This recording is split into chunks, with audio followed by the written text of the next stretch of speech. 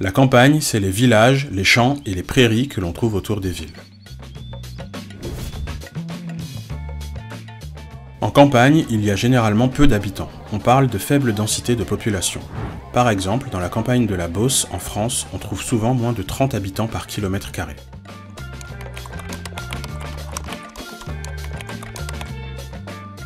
On appelle les habitants des campagnes les ruraux et leur lieu de vie le village.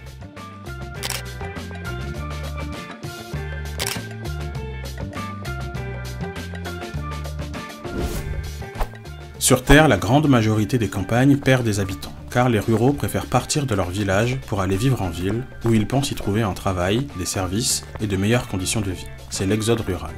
Cet exode rural touche surtout les campagnes des pays en développement du Sud. Dans les pays riches du Nord, il arrive au contraire que certaines campagnes proches des villes gagnent des habitants. En effet, beaucoup de monde veut venir vivre ici, car on est à l'écart du bruit, de la pollution des villes, et on peut même avoir une grande maison avec jardin pour pas trop cher. Et ensuite, il suffit d'utiliser la voiture ou le train pour aller travailler en ville.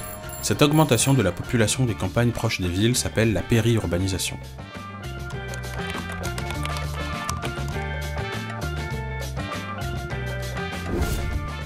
En campagne, une grande partie des habitants pratiquent l'agriculture. Dans les pays riches, souvent situés dans l'hémisphère nord, on pratique l'agriculture grâce à des machines comme des moissonneuses-batteuses.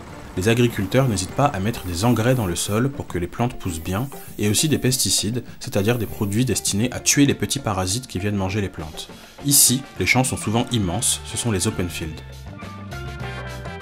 L'élevage, quant à lui, est souvent pratiqué dans ce qu'on appelle des batteries, pour une productivité maximale. Tout ça, c'est l'agriculture intensive.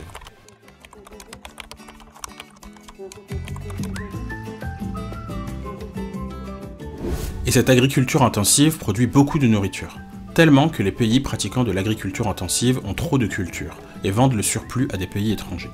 Mais nous mettons trop d'engrais et de pesticides dans le sol, ce qui pollue beaucoup.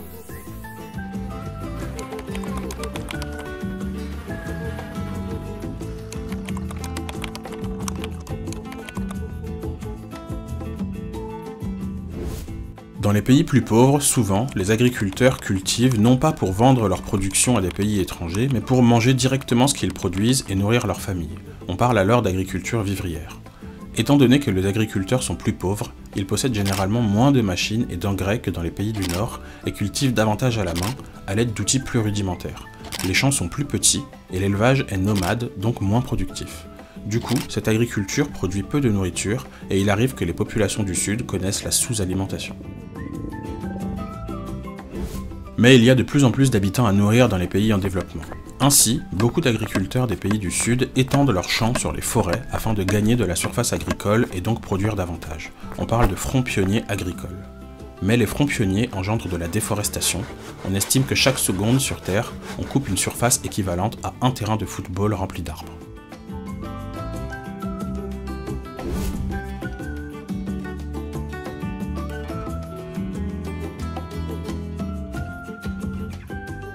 Pour terminer, il existe plusieurs endroits sur Terre où l'on ne peut presque pas pratiquer d'agriculture. Il s'agit généralement des déserts froids, car il y fait trop froid, des déserts chauds, car il n'y a pas d'eau, des hautes montagnes, car le terrain est en pente, et aussi des forêts très denses.